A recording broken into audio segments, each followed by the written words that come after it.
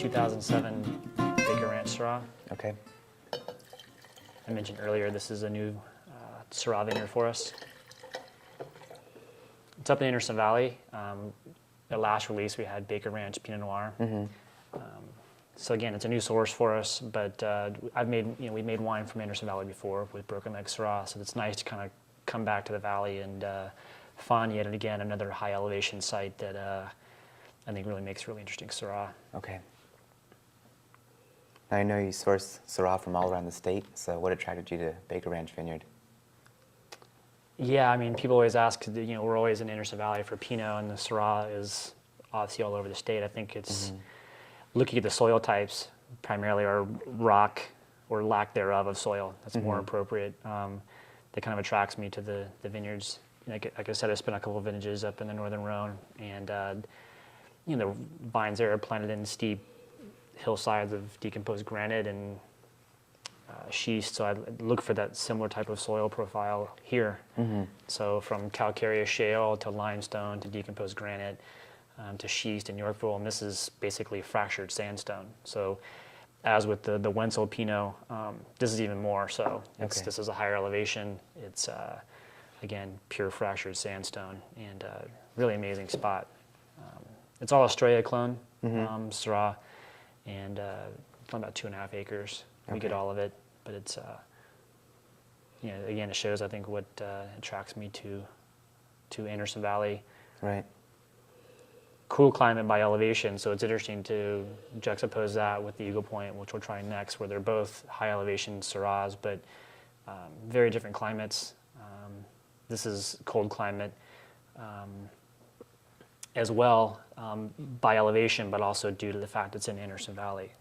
So as Ukiah, where Eagle Point is, you tend to get a lot of diurnal inversion layers, which is where basically the cold air settles into the valley and pushes the warm air up.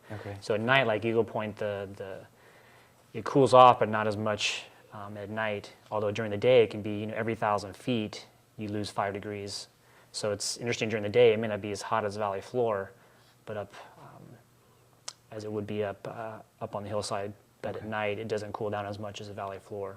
And the same thing happens here. Yeah. The valley floor in Anderson Valley will be really cold. It'll be slightly warmer, but still cooler than what you might get over at Eagle Point. Right. How did you handle this during fermentation? All the Syrahs get whole cluster fermentations. They have since we started making wine. So this got 50% whole cluster. I've tried to back off on the Syrah as far as oak percentage is concerned. So this is about 15% new wood. Again, just trying to let the vineyard speak for itself. I also found that the stem tannins there's already enough Syrah, there's tannins in Syrah as it is, and the stem's at another level of stem tannin. And I found the oak and the stem and the grape tannin itself were kind of competing.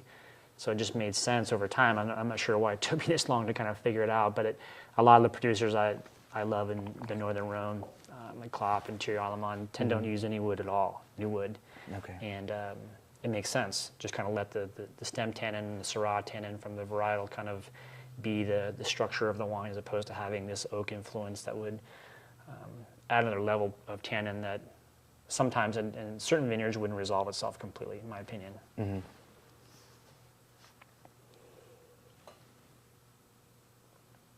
It's interesting on this great peppery, earthy notes that very different. I think it kind of shows a cool climate as opposed to Eagle Point has this great kind of interesting violet aspect. It's always great to see how the stems influence Syrah, particularly from all over the state. We have some like at Gary's where you get this great olive note. This has this great black pepper, green peppercorn kind of aspect that I think really amazing. In 07, I also backed off a little bit on the Syrah ripeness. So this wine's actually 13.5% alcohol. The fruit just tasted great. Still used stem, so I think it actually makes a Syrah kind of heading, I guess, a little bit in the style with particular vineyards that I think is more reminiscent of wine, certainly from the northern Rhone as far as a palate weight.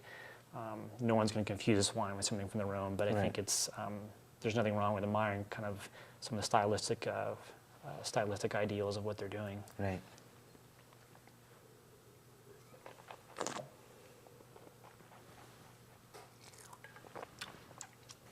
I mean, all in all, I think it's going to be a great addition to the portfolio with the spicy characters, and it's great to be back in Anderson Valley again with Syrah.